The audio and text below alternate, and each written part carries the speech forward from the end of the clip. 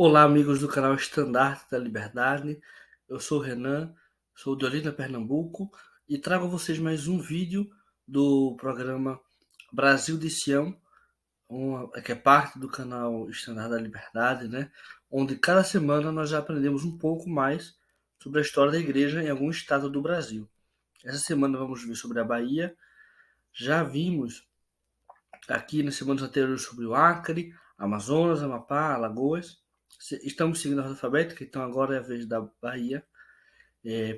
Agradeço a todos que já assistiram os vídeos, que estão assistindo esse vídeo, não só por estarem aqui assistindo, mas pelos comentários que deixam aí, que sempre acrescentam ou corrigem alguma informação, desde por anúncio de nomes, quem foi que fez isso, quem foi que fez aquilo, datas também, tudo isso ajuda muito a gente. Eu quero explicar que esse vídeo, eu que estou apresentando, mas as informações não foram encontradas por mim. O irmão Antônio Carlos, que é o diretor do canal Estandarte da Liberdade, ele entra em contato com membros, com líderes, com pioneiros de cada local, de cada estado. E para esse vídeo em especial, a gente recebeu informações do casal Francisco José de Abreu e Maria Aparecida Barea de Abreu, que são membros da ala Lauro de Freitas 2, Estaca Salvador, Brasil, Imbuí. Então, muito obrigado, irmão Francisco José, irmã Maria Aparecida. Antes de começarmos a ver como a igreja chegou e se estabeleceu na Bahia, vamos conhecer um pouco mais sobre esse grande estado brasileiro. A Bahia foi criada como parte do Brasil em 1534. Os portugueses encontraram o Brasil em 1500, mas só começaram a colonizar em 1530. E em 34 foram organizadas as primeiras capitanias, que eram chamadas capitanias hereditárias, do Brasil, sendo uma delas a Bahia, a capitania da Bahia de Todos os Santos. Sua capital era já a cidade de Salvador, que é até hoje. E uma coisa interessante é que, décadas depois, quando foi organizado o primeiro governo geral do Brasil, Salvador foi a capital desse governo geral. Foi a primeira capital do Brasil como um todo. Antes era tudo dividido entre cada capitania.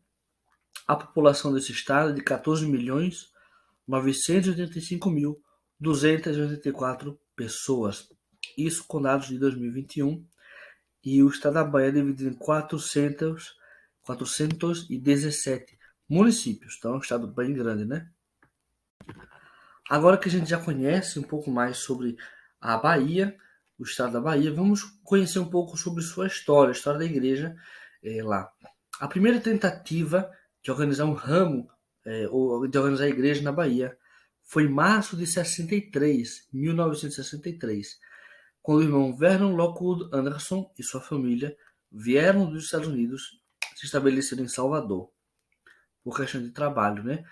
Eles entraram em contato com o presidente William Bangerter, da Missão Brasileira, que deu autorização para eles se reunirem e tentar organizar um ramo.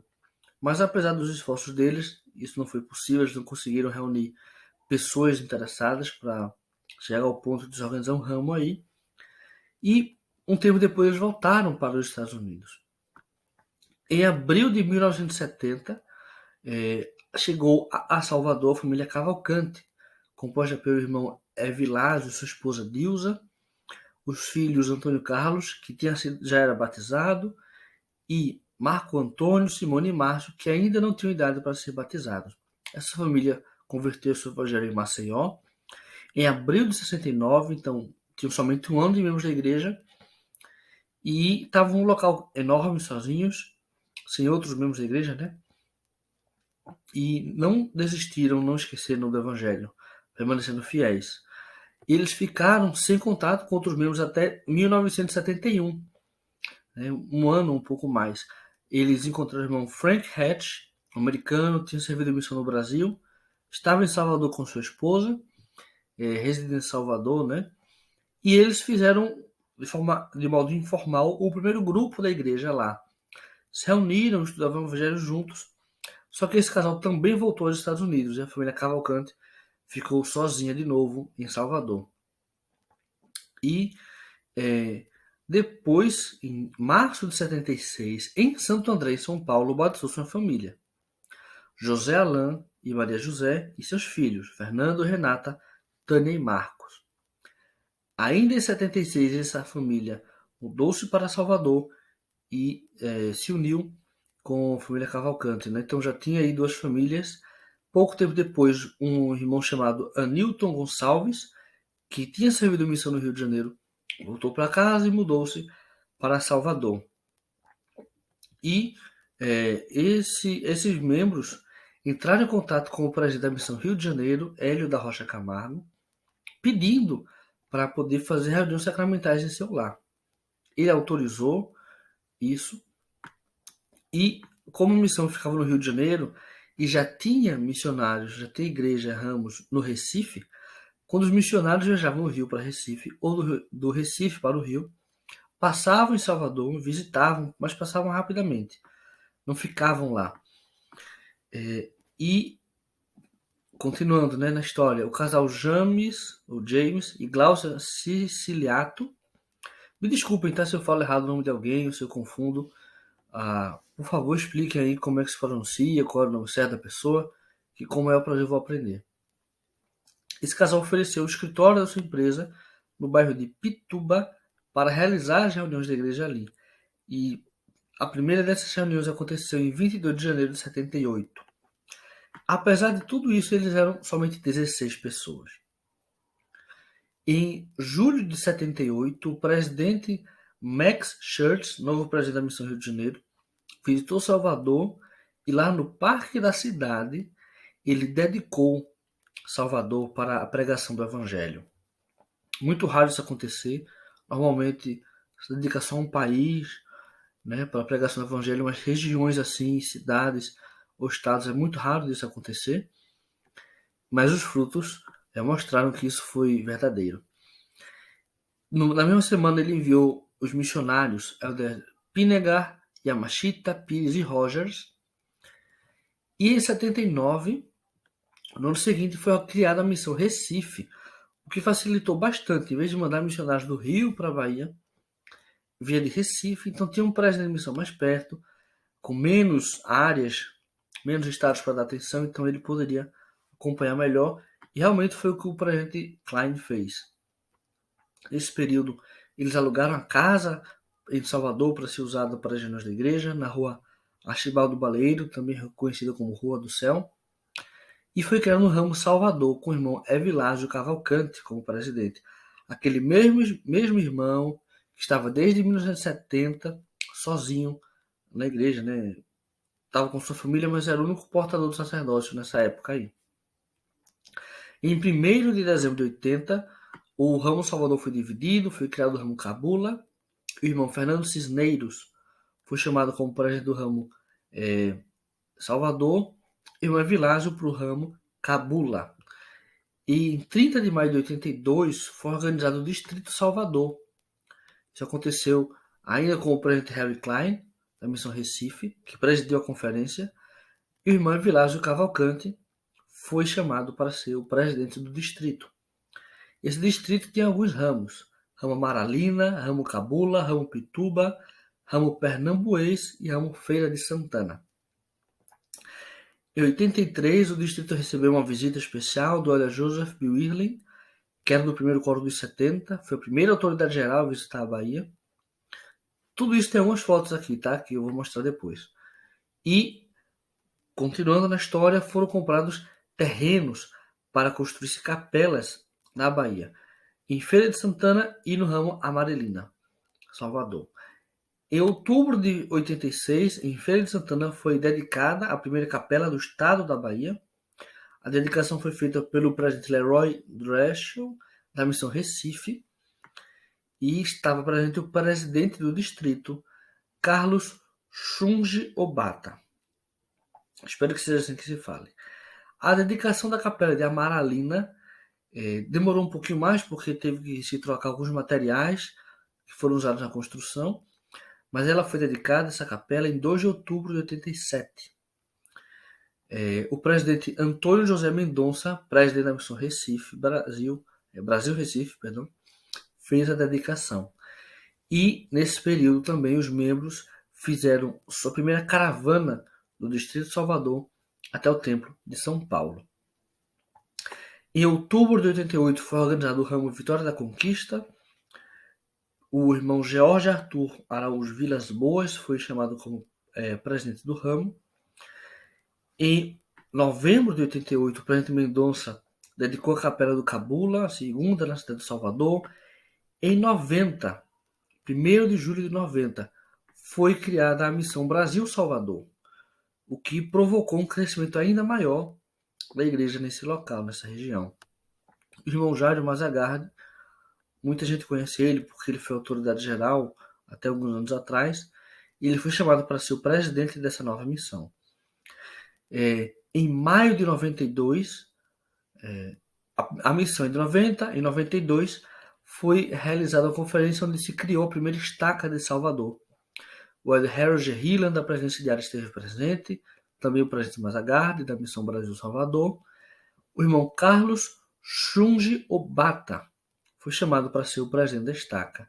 E essa estaca tinha a ala Amaralina, a ala Feira de Santana, a ala Pirajá, a ala Pirituba e a ala Brotas, com o ramo Cabula e ramo Liberdade. Em maio de 83, faltando 8 dias para completar um ano daquela primeira estaca, foi criada a segunda estaca, Salvador Norte. O Aldelvécio Martins, da presença diária, autoridade geral, foi quem presidiu essa conferência. O irmão Sandro Coatel Silva foi chamado para ser o presidente dessa nova estaca, que tinha as alas Pirajá, Bonfim, Cabula, Feira de Santana, Jardim Acácia e o ramo Simões Filho e ramo Alagoinhas. Em julho de 93 aconteceu uma coisa que eu acho que foi única no mundo, porque nesse dia foi criada a missão Salvador Sul. Então, em 90 foi chamado Jairo Mazagardi para abrir a missão Salvador. Quando ele terminou a missão, o seu período, como presidente da missão, a missão foi dividida. Nunca vi uma coisa dessa acontecer em tão pouco tempo. O irmão Marco Antônio Prieto foi chamado para presidir a missão Salvador Sul. A missão Salvador foi presidida por Homero Amato. Em outubro de 93 foi organizado o Distrito Vitória. O irmão Azir Magalhães foi chamado para ser o presidente do distrito. E esse distrito tinha os ramos Jiquié, Vitória da Conquista 1 e Vitória da Conquista 2. E em dezembro de 93 foi organizado um outro distrito, o distrito de Ilhéus. O irmão José Carlos de Oliveira foi chamado como presidente. E esse distrito tinha os ramos Ilhéus 1, Ilhéus 2 e Itabuna. Em setembro de 2002 foi criada a estaca Salvador Brasil Liberdade, com o irmão Eltimar Maturino Gunça como presidente. Aí a estaca Imbuí, Salvador Imbuí, foi organizada em março de 2006, com a presença do Helder Walter Gonçalves, da presidência diária Brasil Norte, o Helder Carlos Shunji Obata, o antigo presidente da estaca Salvador, era 70 diária, esteve presente. O irmão Mário César da Silva Cunha foi chamado como presidente da estaca, que tinha as alas Imbuí, Pituaçu, Itapuã, Mussurunga, Brotas e Lauro de Freitas. Então, isso foi basicamente o resumo da história da igreja na Bahia até hoje. Vamos ver algumas fotos e alguns detalhes mais sobre essa história. Como eu prometi, temos algumas fotos da história da igreja na Bahia, Nessa primeira, no canto superior esquerdo, vocês podem ver o irmão Orlando Lemos, que era conselheiro da presidência da missão Brasil Recife. Ele participando da conferência em Salvador, traduzindo o discurso da conferência. Aqui no canto superior direito, a gente tem a presidência do Distrito Salvador. Da esquerda para a direita, o irmão Pedro Brandão Costa, primeiro conselheiro. No centro é Vilásio Cavalcante, presidente. À direita, o irmão Roberto Cabrejos Guilhem. Me perdoem se eu falo o nome dele errado. E aqui na foto do meu lado tem a presidência do Ramo Salvador, com o Helder Alves, primeiro conselheiro, Evilásio Cavalcante, presidente, Newton Castro Alcântara, segundo conselheiro, e Marco Antônio Ribeiro Cavalcante como secretário. Essas duas fotos também são muito significativas. Vocês veem nessa da esquerda uma foto do ramo Vitória da Conquista. Na foto estão presentes Osir Magalhães, que era o presidente aí, Alcides Fonseca, Jorge Vilas, Helder Kanzler, Helder Luz, Walter Junot, o presidente Mendonça, da Missão Brasil Recife, e Carlos Obata, do Distrito Salvador. E aqui na foto à direita é uma foto da criação da estaca Salvador Brasil. Vocês têm aí esse mais alto aqui, gravata vermelha, o presidente Harold Hillan, da presidência diária, e os outros membros da presidência dessa estaca. E essa é a foto da primeira caravana ao templo de São Paulo, feita pelos membros de Salvador. Nessa viagem tinha aproximadamente 80 pessoas. Eu não sei se todos ficaram na foto, mas essa foi a quantidade de pessoas que foram para o templo com esses pioneiros aí de Salvador. Então, na cidade de Salvador, além da estaca Salvador mesmo, né, temos outras estacas aqui. Vocês podem ver a primeira formação dessas presidências de estaca. Aqui a estaca Salvador Norte, nessa foto ao meu lado esquerdo.